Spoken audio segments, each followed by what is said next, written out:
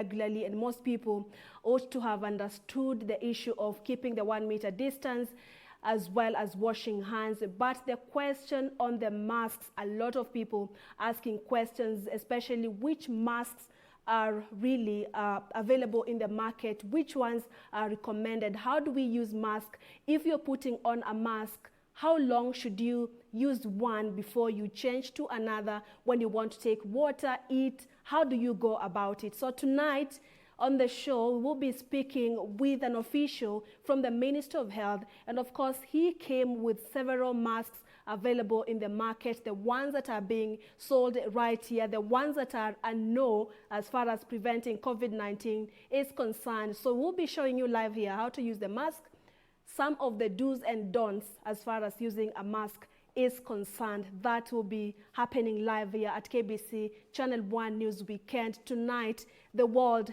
number of cases topped 2.3 million. US still leading with 730,000 cases. 46 days since the first case was reported at that particular country. And how are we doing as a country? 36th day, we are at 270 cases. Community spread now, the major concern and headache to the government as far as fighting the spread of COVID-19 is concerned. So what are some of the measures? What is the government doing? The more stringent measures that it is planning to take to also stop the community spread, because today the Minister of Health was able to say it has successfully stopped the importation of COVID-19. Details of that and much more here at Channel 1 News Weekend. Thank you once again for joining us. My name is Purity Museo. Let's begin with the highlights.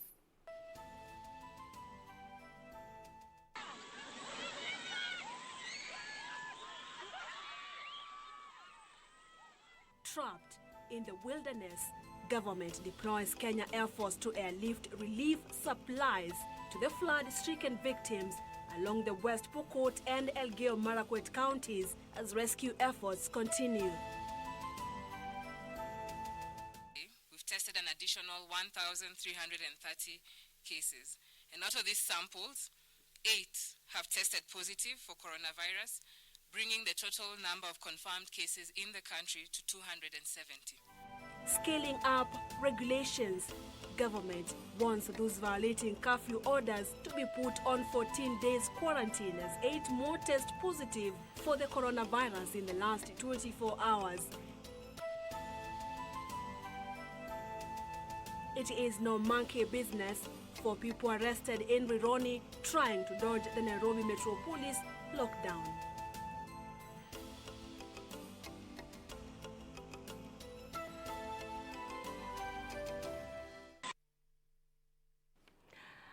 Right, so which mask have you been using in the last few days since the government directed that every person attending any or moving to a public space should put on a mask?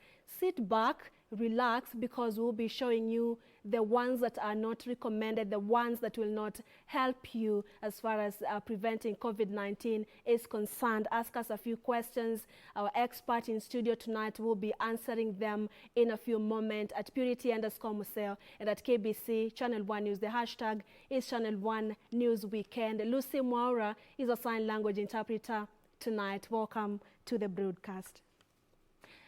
Now, more than half a dozen people are reported to have died, while several others are still missing following heavy downpour in Elgeyo-Marakwet and West Pokot counties. Over 1,000 residents of Chesogon have been left homeless after their houses were swept downstream by the flash floods. Search and rescue efforts are ongoing, even as the weatherman warns of more rain in the region. This as President Uhuru Kenyatta directs Interior Ministry to coordinate and upskill search and rescue efforts in the view of finding the missing persons, among them a police officer.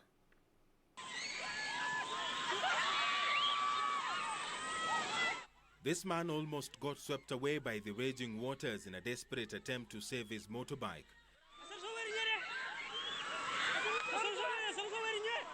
More than half a dozen people lost their lives in this Saturday evening incident, while several others are still missing both in West Pokot and Elgeyo-Marakwet counties. We have about 23 from Elgeyo-Marakwet missing. The and rescue is going on, but we've established a command center at Sabalas Primary School. And right now, as I'm talking to you, relief food supplies are being ferried from Eldoret to Sabalas Catholic Church. Watu walikuwa senda Jesekon, watu zaidi ya 200 walikuwa senda. Kufika saa 9:30 ripoti ilifika kwamba kuna mnyonyoko imekuja kwa nguvu sana. So watu walitera upande wa Marakwet, ndio walituokoa. Wakalia, wakasema kwamba kimbieni kutoka senda. Watu walitarawa kutoka senda, wengine wakabaki. Nimechukuliwa nyumba, nilikuwa nimetumia kama hoteli na nilikuwa nimeweka kila kitu ndani, na pia nilikuwa nimefuka mbuzi na ng'ombe. Na hao wanyama wote walichukuliwa na maji, kila kitu ilichukuliwa. Mimi mwenyewe nikitazama. Elgeyo Marakwet County Commissioner Ahmed Omar told Channel 1 that police officers were among those rescued from the fast-flowing waters after being dragged downstream for kilometers across the West Pokot-Elgeyo Marakwet border. More than 120 houses were swept away by the floods, leaving over 1,000 people displaced. We're still worried because the rains may continue tonight and even for the whole of next week. You know that we were informed, we were alerted about the rains. And so we urge the residents to be on the alert and be able to move to higher ground so that they are not exposed to the hazards. The government on Sunday deployed a multi-agency team to the area to spearhead search and rescue efforts, as well as provide some relief assistance to the flood victims. In November 2019, heavy rainfall triggered landslides and flooding in West Pokot, killing 54 people in Weiwei, Tapach and Batay. For Channel 1 News, I am Edward Kabasa. So sad report there from Elgeyo Marakwet. On our daily COVID-19 update, 8 more people have tested positive for the coronavirus in the last 24 hours in Kenya, raising the total number to 272 people succumbed to the disease in a similar period, bringing the number of deaths to 14 since Kenya confirmed the first case in March. Chief Administrative Secretary in the Ministry of Health, Dr. Mercy Mwangangi, said the government was concerned that the disease was spreading among the local population. The death toll from COVID-19 in Kenya rose to 14 Sunday after 2 more people succumbed. Chief Administrative Secretary at the Ministry of Health, Dr. Mercy Mwangangi, saying positive cases had also gone up to 270 after 8 new confirmations. Now, since our last update yesterday, we've tested an additional 1,330 cases. And out of these samples, 8 have tested positive for coronavirus, bringing the total number of confirmed cases in the country to 270. 7 are Kenyans and 1 is a foreign national. And none of these cases has a history of travel. 3 emanated from our quarantine centers, and 5 were picked by our surveillance teams from various parts of the country. 4 of the patients are from Mombasa, 3 Nairobi, and 1 from Kajiado. Nairobi now has 196 cases, Mombasa 47, Kilifi 8, Mandera 6, Kajiado 3, Kitui 2, Siaya 2, Nakuru 2, Uasin Gishu, Kwale, Kakamega, and Homa Bay 1 each. So far, we have succeeded in containing the imports, and in the last few days, the very few cases are emanating from our regional quarantine centers. Therefore, fellow Kenyans, we are now worried about local transmission. Today, I'm glad to announce that the Moi Teaching and Referral Hospital in Eldoret and Kenyatta National Hospital here in Nairobi are now testing for COVID-19 disease. The MTRCH tests cover a scope of 22 counties, and this will enable transfer of samples from those countries, reducing the turnaround time.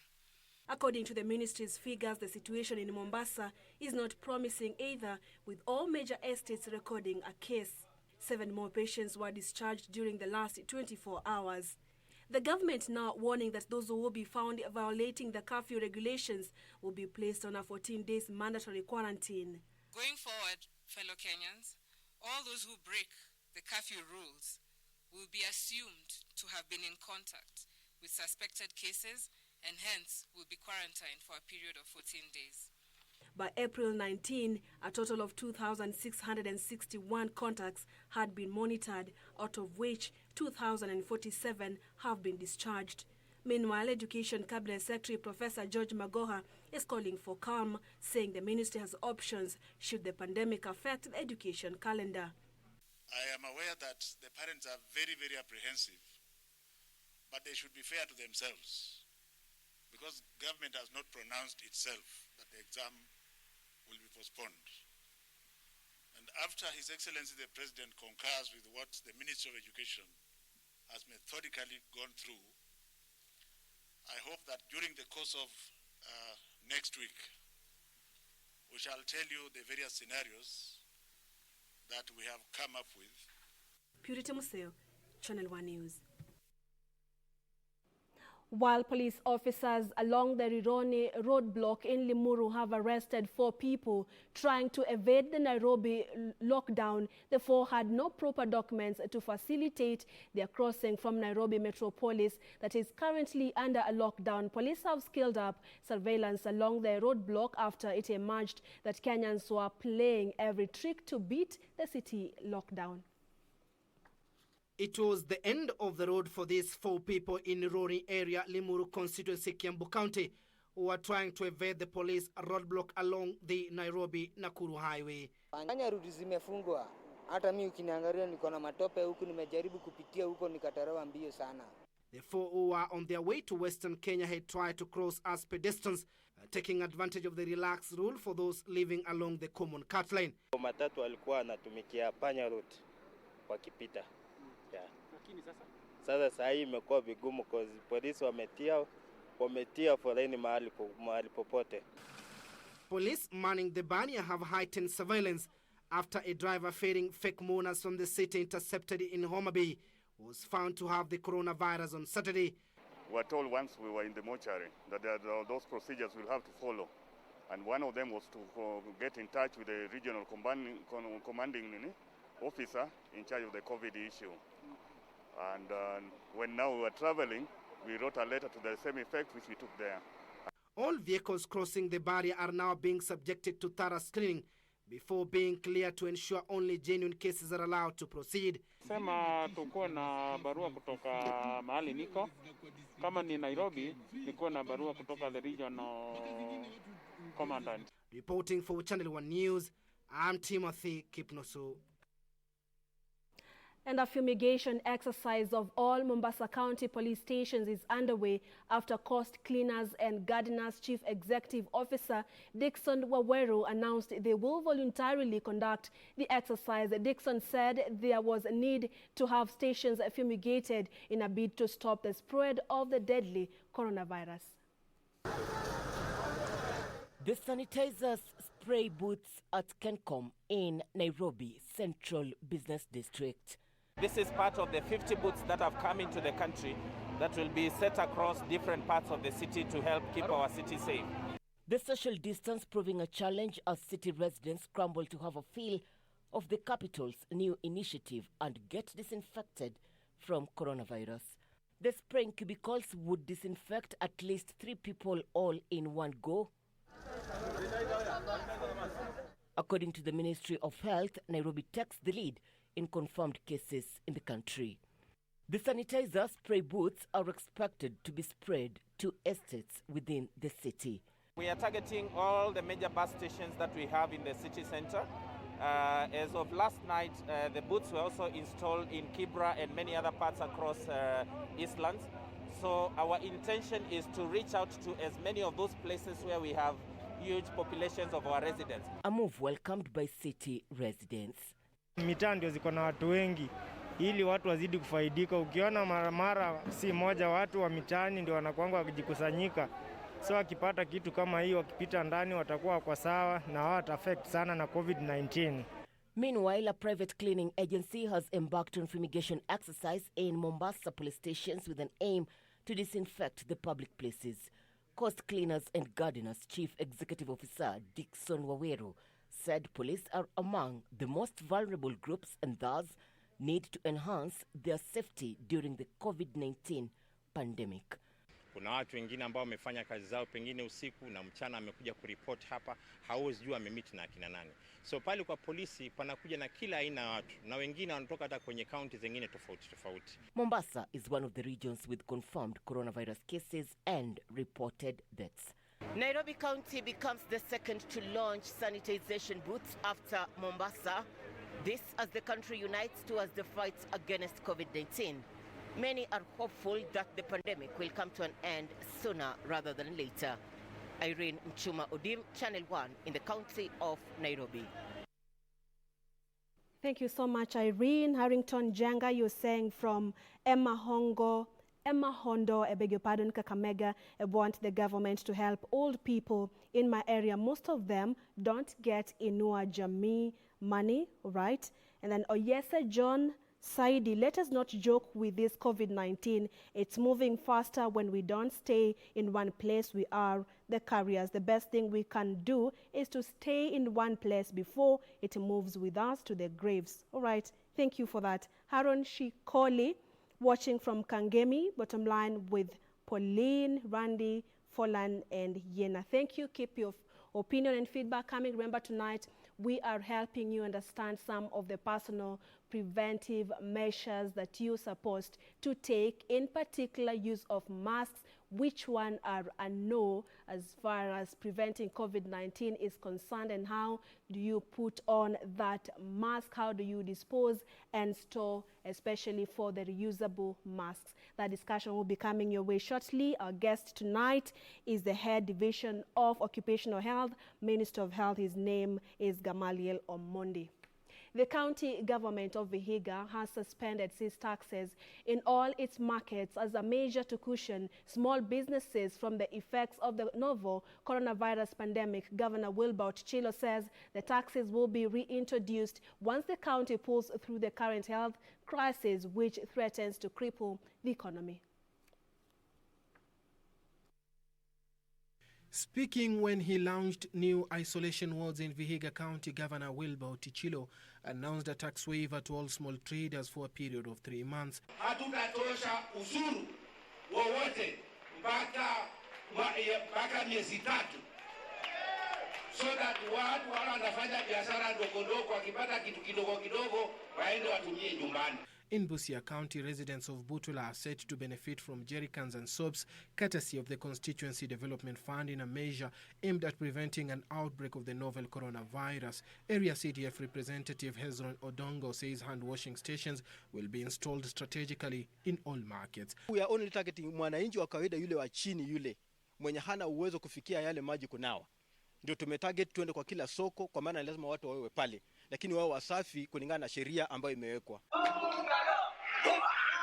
And Kilifi County government is to commence distribution of relief food to over 50,000 people beginning Monday. The donations were sourced from organizations and philanthropic individuals to be distributed to the neediest members of the society affected by movement restrictions put in place by the government to alleviate effects of the coronavirus outbreak. The food which we are now putting in packages of hampers, the ones which are in the Mutwapa will be serving the people of Kilifi South, Rabai, and Kilifi and Kaloleni.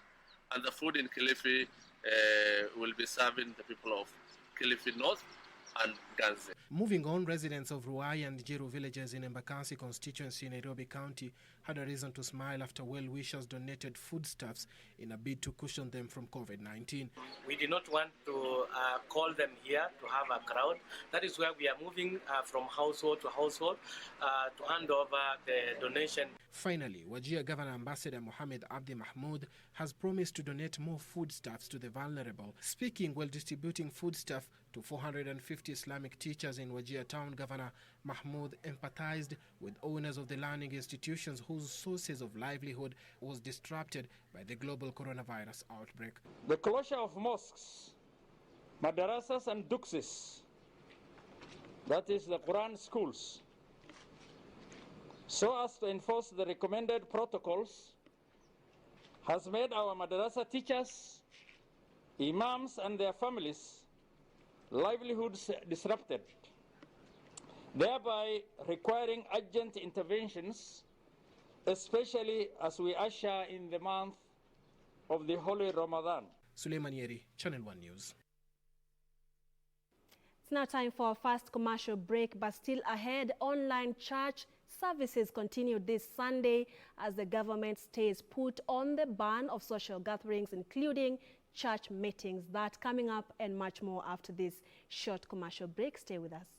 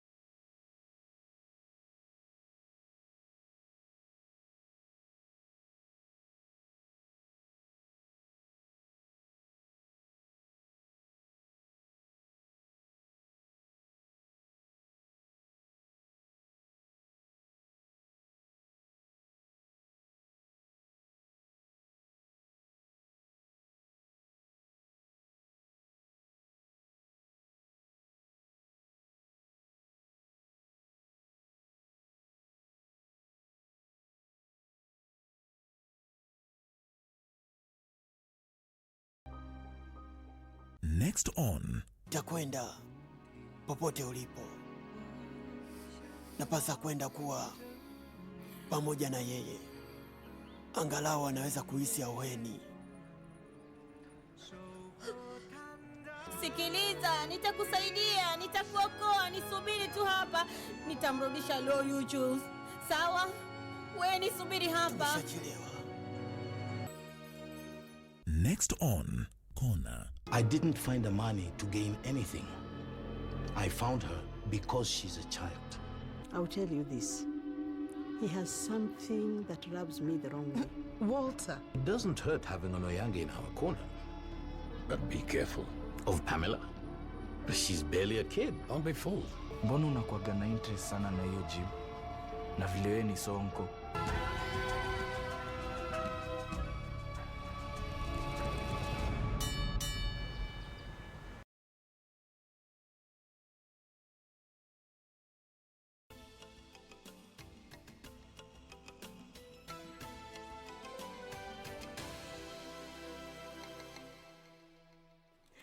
Thank you for staying with us. Welcome back. Despite the coronavirus pandemic, for yet another Sunday, Kenyans across the country enjoyed their Sunday spiritual nourishment at home. A number of churches directed their members to follow church services online as the country puts in strict measures to control spread of the coronavirus. Others have resorted to have their services on radio and television.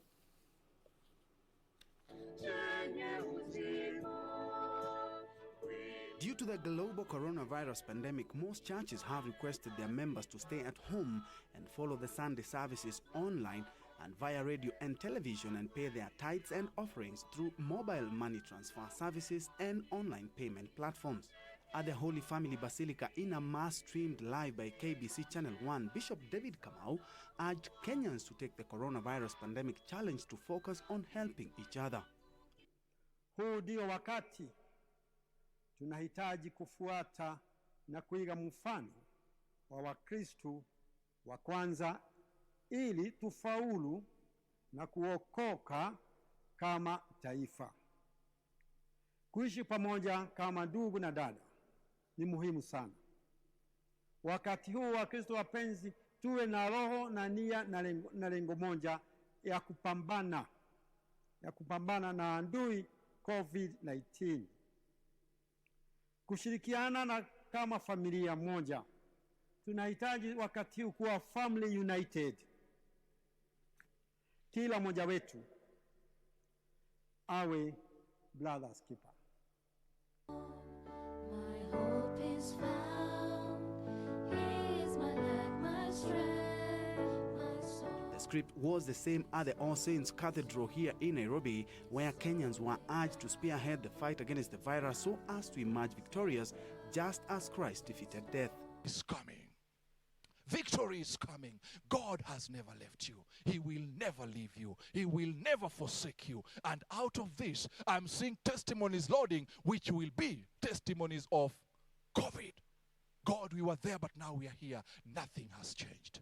Now more people are dying of fear. In Nakuru at the Metro Ministries, the faithfuls who followed the service online were reminded to be their brother's keeper at this trying time.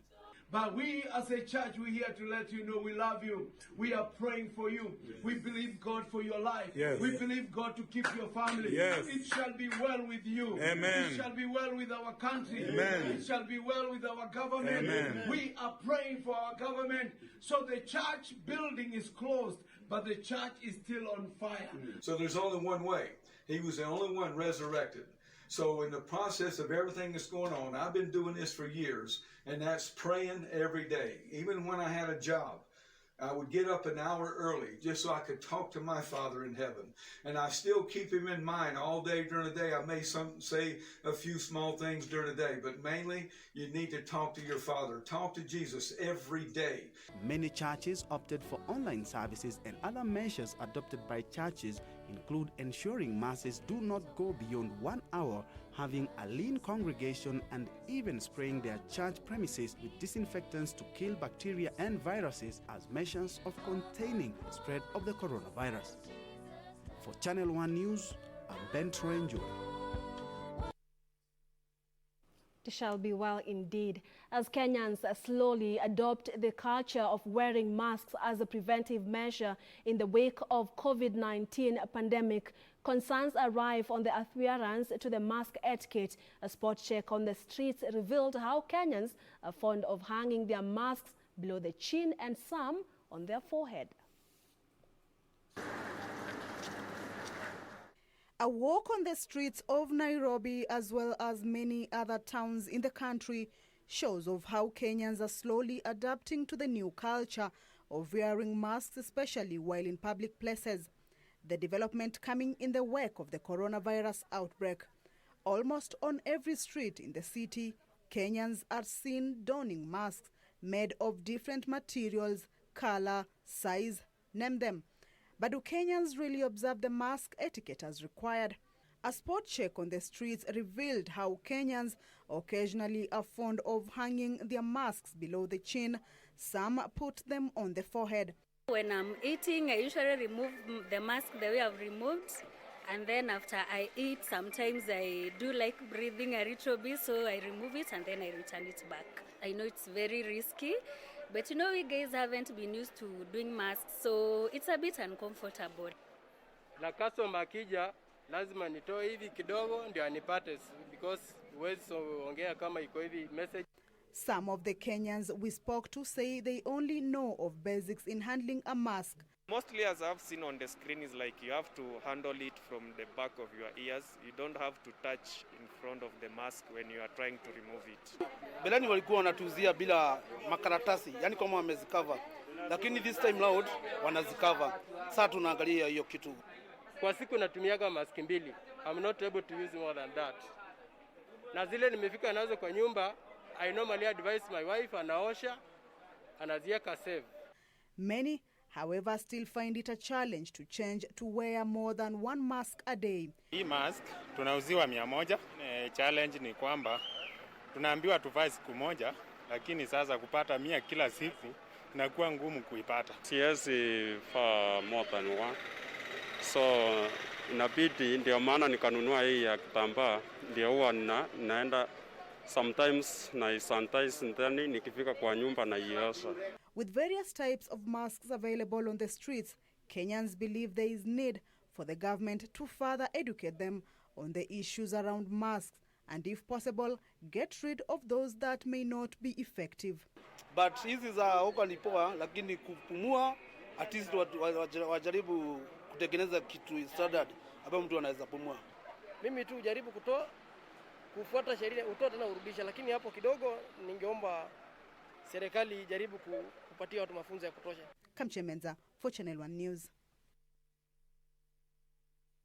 Thank you so much, Kamcha Mensa, for that report, because it's forming the basis of our discussion tonight on the etiquette of a mask. And Ian, I'm already seeing you saying, watching from Makadara, hoping to overcome the coronavirus pandemic. Nicolockt, waiting to see how to use the mask. And yeah, all right, thank you so much. And then Stephen Mange, you're watching. Actually, keep your questions coming as far as the use, how to put on the mask, how to use it, for how long, and of course storage of mask. And the expert in our studio tonight will be helping us with that. Should you be putting the mask on your under your chin, forehead, when you want to eat or even breathe? We'll have that conversation. How do you actually store the mask? How do you use it? Do you put it on the whole day, or when you feel that you need to eat or do something, how do you store the mask? That's the big question.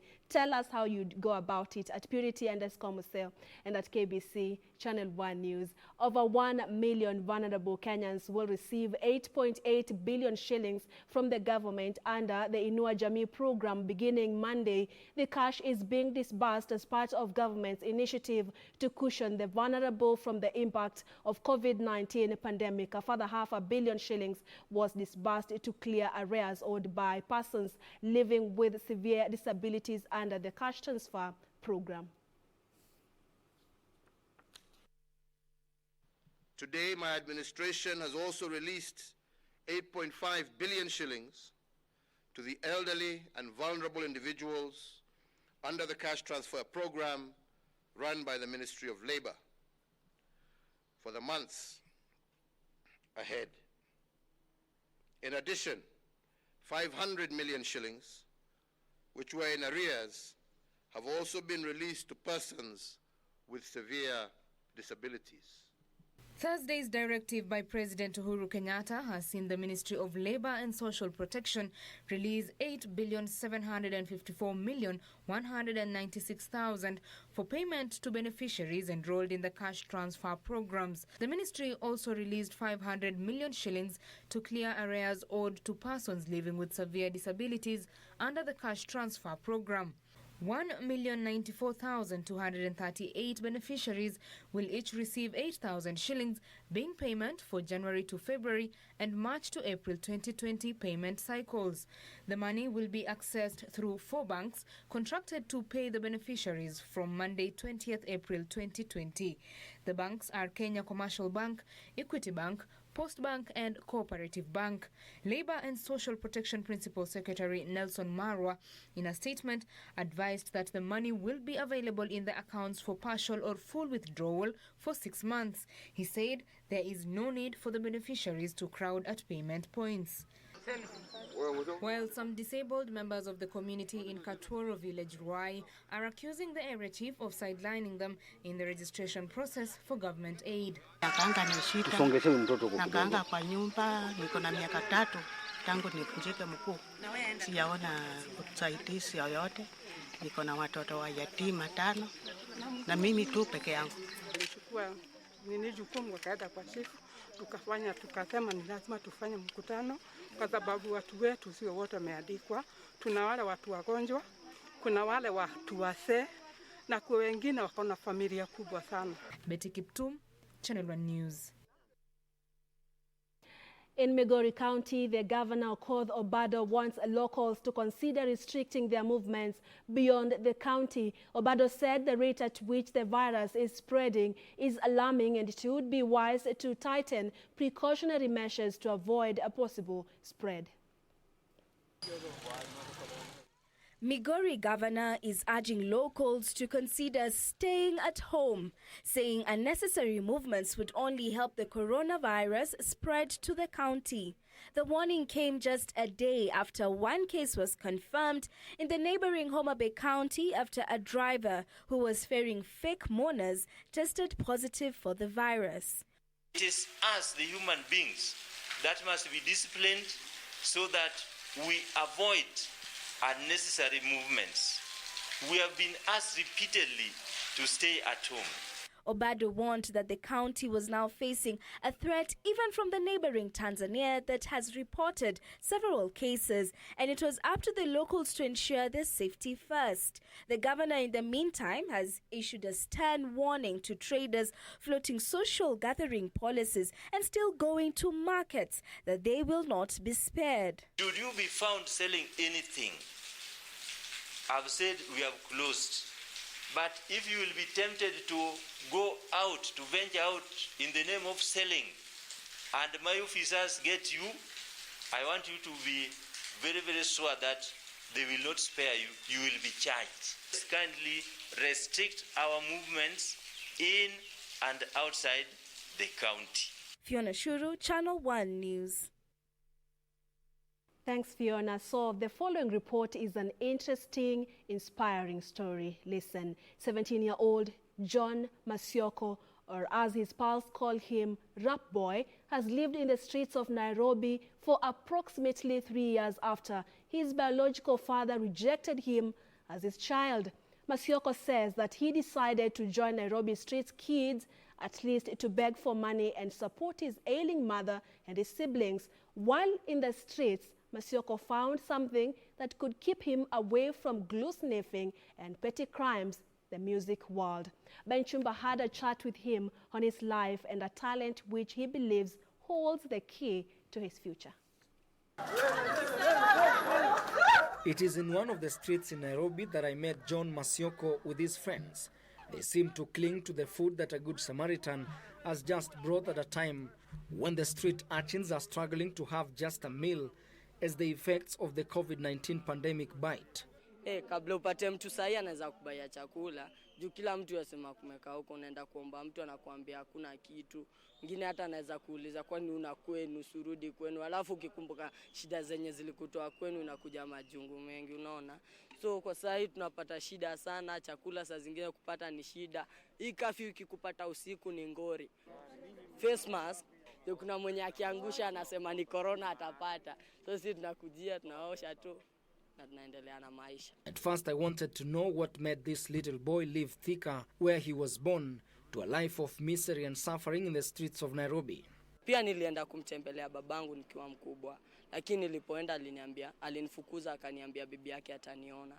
Na fare kutoka hapo nilikuwa nimetoka from Thika hadi huko kunaitwa Swani miguu, na fare ni inakuwa shilingi 100. Nikamuomba hiyo 100 nirudi nyumbani, na babangu by the kazi na ambayo alikuwa anaifanya ina pesa na hata ana gari, lakini hakunipatia hata hiyo 100 ya fare, hakunipatia. Nitoka huko na nilikuwa nimeacha mamangu, alikuwa mgonjwa kwa kitanda, ndo nilikuwa nimekuja kumwambia nikimtembelea, lakini hata hakunipatia hata fare. But despite the challenges he faces, his face tells a different story altogether of a happy and cheerful boy.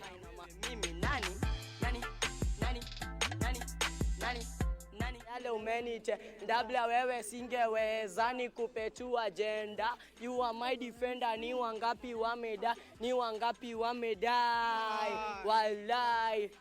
By virtue of his artistic name, Rap Boy is one of the most popular child in the streets because of his rare talent in music. Ikifika kitu saa 7 hivi na kuja mbio hapa Taskis kuomba hiyo pesa. So nikipata mtu nikimuomba namwambia pia na usearch kwa YouTube Rap Boy Kenya, utapata pale nyimbo zangu. So hiyo kuwatch, wana view, wengine wana subscribe pia, nawaambia subscribe, like, share. Na wajue street kuna talent. Juu si mimi peke yangu, pia kuna wengine wako na talent, lakini support tu hakuna. Nani bila wewe mimi nani?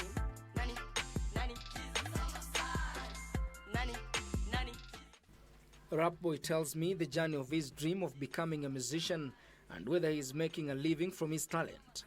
Kiso nilikuwa naenda kwa dereva, nampatia hiyo kadri dangu, anaeka pale. So beat kwanza na pause, naongea na watu, nawaelezea mimi nani, nimetoka wapi, nini ambacho nakifanya, alafu tena naanza kuwaimbia. Then after nimewaimbia nawaambia unaweza ni support for studio na hii na hii. So kuna wenye walikuwa kirecord, wengine wananipatia chakula, unaona. So ningepatia chakula pale. Despite dropping out of primary school, Masioko believed that there is a day when his star will shine.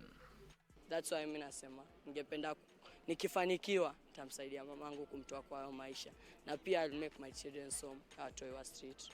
kabisa. He is now appealing to well-wishers to come to his aid.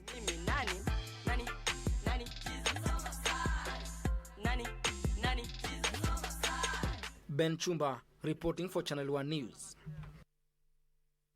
There is a day your star will shine, Masioko. You have such a bright future. All the best. You can reduce your chances of being infected or spreading COVID-19 by taking some simple precautions. One of them is regularly and thoroughly cleaning your hands with an alcohol-based hand rub or washing them with soap and water, which is the most recommended method. Tonight on our coronavirus fact sheet, we take you step by step through the hand washing process.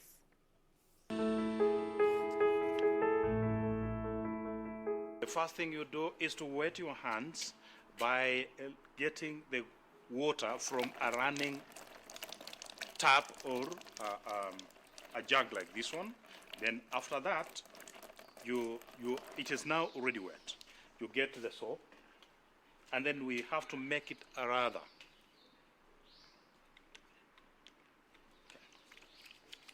This one does not get a lot of foam, but the act, as I was saying, the act of friction is what makes the virus to move.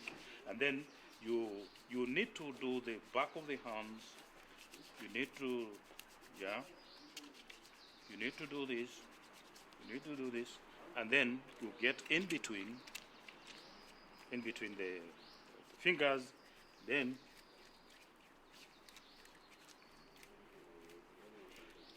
make sure that the question of wrapping it is more vigorous a bit, so that the virus is moved properly. Then now you apply, you rinse the water, rinsing, running water of course.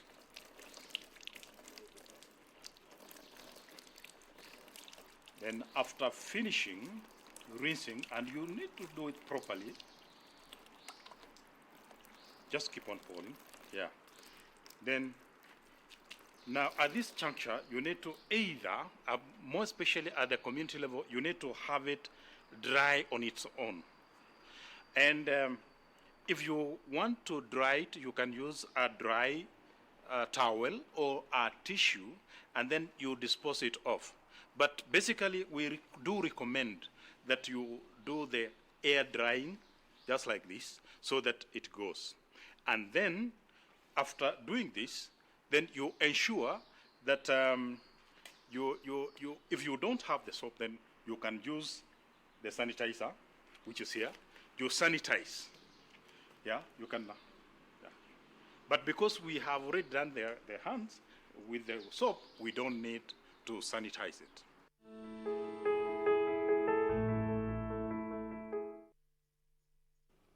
Elsewhere, a section of Western Kenya leaders led by Bungoma Governor Wycliffe Wangamati are raising concerns over cheap illegal sugar from Uganda that has flooded the local market. Wangamati says despite the government licensing traders to import sugar only last week, already unscrupulous traders have imported the commodity that is now threatening to cripple local sugar industries in the country. Last week, the government opened the window for traders to import sugar from the Comesa region in a bid to fill the impending deficit. However, a section of leaders from the country's sugar belt are up in arms over the influx of uncustomed sweetener in the country, saying the sugar from Uganda has found its way into the country even before the import window was opened. And there must be somebody capable for this act of criminal act of allowing sugar, especially now when the sugar manufacturers company in the country, starting with my own factory, Zoya Sugar Company, are manufacturing sugar. Bungoma Governor Wycliffe Wangamati says the influx of cheap illegal sugar from Uganda has edged out Kenyan sugar from the market due to its low retail prices, a situation he says will eat into Kenya's cane farmers' earnings in the long run. The moment you open up, the moment the sugar comes from outside, the prices go down. And once the prices go down, then it has a very negative impact on the farmers. The leaders are calling for the Agriculture and Food Authority to mount a crackdown on illegal sugar that is a threat to the sector. Are concerned, and we urge the government to heighten its surveillance machinery so that this sugar does not come in to destroy the livelihoods of farmers. Already, the poverty situation in the sugar sector is well known. The regulator has also been advised to vet sugar importers in the country to weed out unscrupulous traders.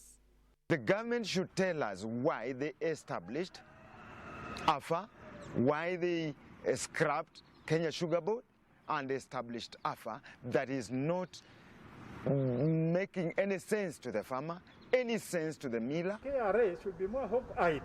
There should be no sugar that comes in that is uncustomed. Anybody who brings in sugar, it should be only sugar that adheres to the COMESA rules or the East African Customs Union rules. They now want AFA to implement some of the recommendations proposed by the Sugar Task Force to protect local farmers from exploitation. Benson Rioba reporting for Channel 1 News. A health worker in Nambale, Busia County, is seeking justice after he was allegedly assaulted by police officers.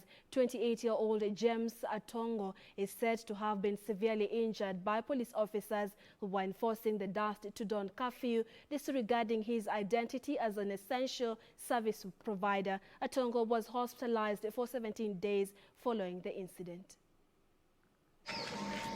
At Bogiakumu location, Kisii County, James Atongo is a man in pain. The stitches on his belly, an indication of the injuries he sustained after allegedly being brutally assaulted by police officers. Aggrieved Atongo recalls the events on the fateful day the heinous acts were meted out on him. Ilikuwa saa 12:30. So nikapata maaskari walikuwa 5, lakini 2 ndio nilikuwa najua. So bila kuniuliza wala kunisimamisha, mara ya kwanza nilipata fimbo ya kwanza hapa. Hii fimbo ya jembe, yenye inashikanga jembe. He was on his way back home at 6:30 p.m. after delivering medicines to a fellow community health worker. Atongo works for Living Goods, a non-governmental organization. He says the law enforcers beat him mercilessly without inquiring about the nature of his work. Kuachilia pikipiki, nikapata tena fimbo ya pili across kwa tumbo. Ile nimeachilia tu hivi.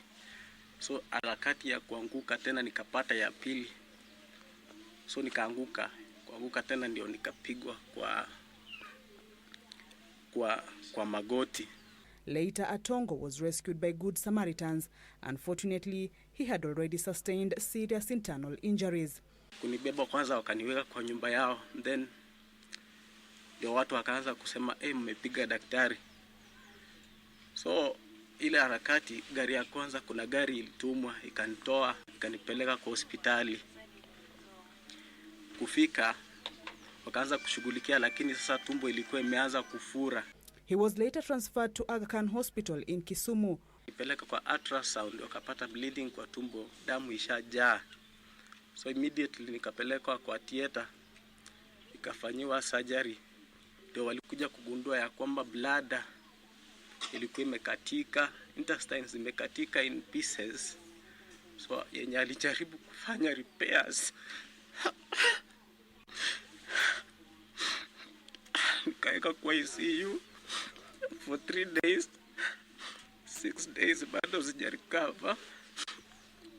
Then ndio wakagundua ya kwamba bile haifanyi kazi na lungs imefail. His father, a senior public health officer in Kisii County, says his son has been incapacitated. Kila ambacho tunahitaji sasa ni haki itendeke kwa kijana yangu. The family has so far spent a total of 900,000 shillings on his medication. Kamchemenza for Channel 1 News.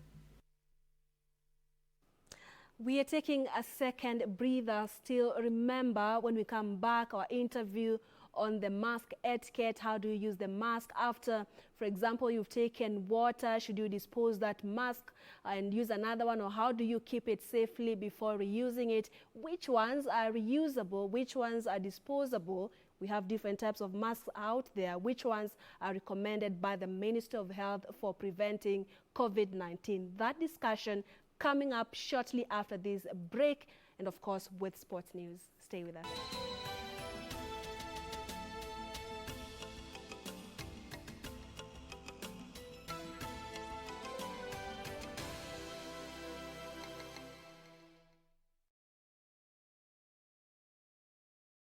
on the next episode of Elena's Ghost. Why can't the child just be born already? I'm so sick and tired of being cooped up within these four walls. Not gonna wait any longer, Julia. The moment has arrived for you to transfer the old woman's fortune to me. It's time for me to have my inheritance. What's going on? Miss, what were you going to tell her? I told you that I'm not going with him. Please, just call a taxi. Elena.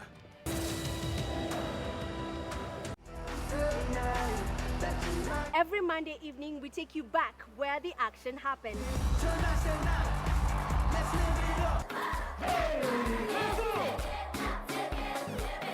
We cheer up your Monday blues.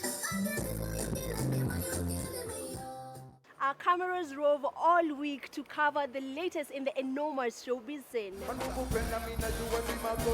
We show you what you missed even if you were present. Grapevine gives 100% support to the local entertainment content.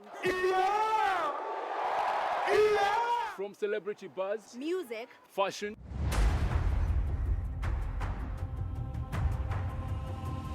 and all manner of entertainment and youth talent. Watch Grapevine every Monday at 10 p.m.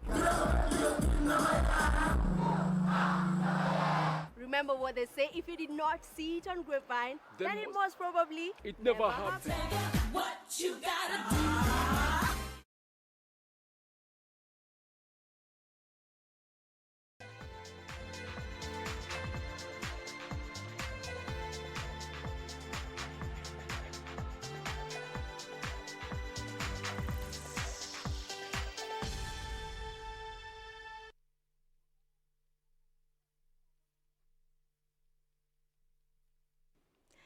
Let's now have a look at some sports. Brighton owner Tony Bloom says he cannot see how clubs can be relegated from the Premier League if the season is not completed.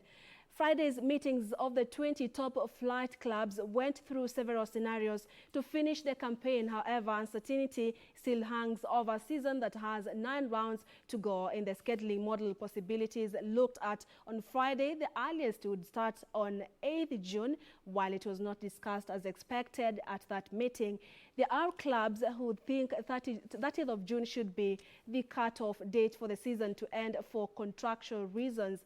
European football's governing body UEFA is expected to confirm leagues will be allowed to end season prematurely when it meets on Thursday. Decore, brilliant finish. Absolute ripper from Decore. Across it goes and into the roof of the net. Jahanbakhsh forces the own goal and relief.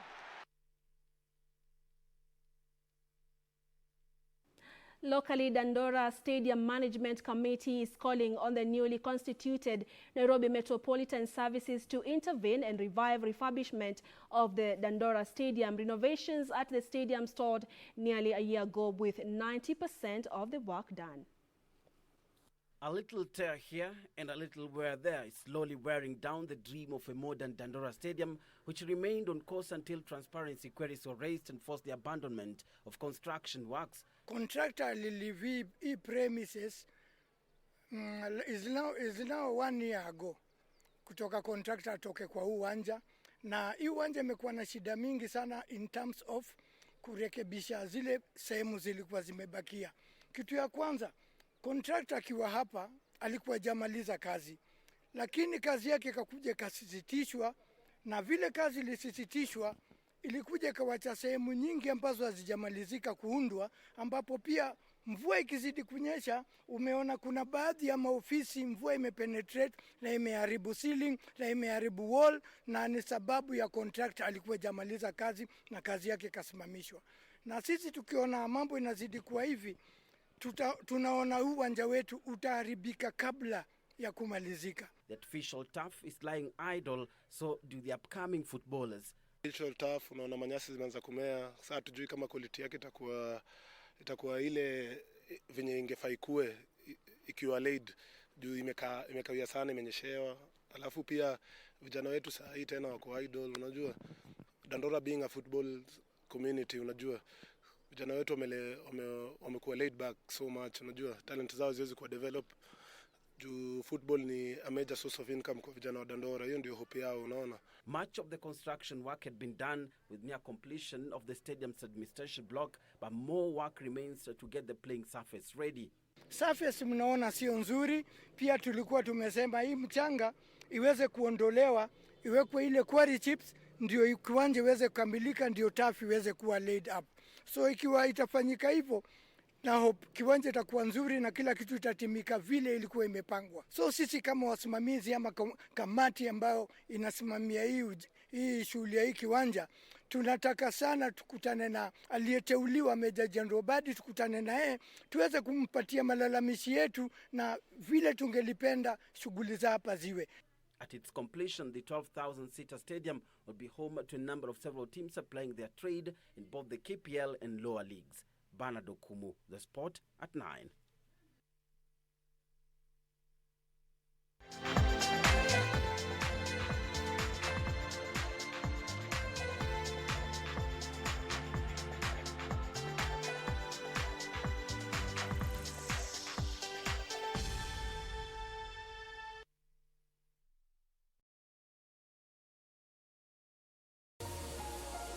Huyu nani baba?